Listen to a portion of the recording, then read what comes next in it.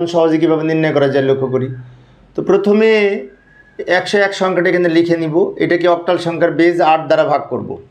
তো 8 দ্বারা ভাগ করলে ভাগফল এবং ভাগশেষ কত হয় আমি এখানে ভাগ করে নিতে পারি। এই যে এখানে ভাগ করে নিলাম। 101কে 8 দ্বারা ভাগ করি, 8 বারং 96, এটা থেকে এটা বিয়োগ করি 5।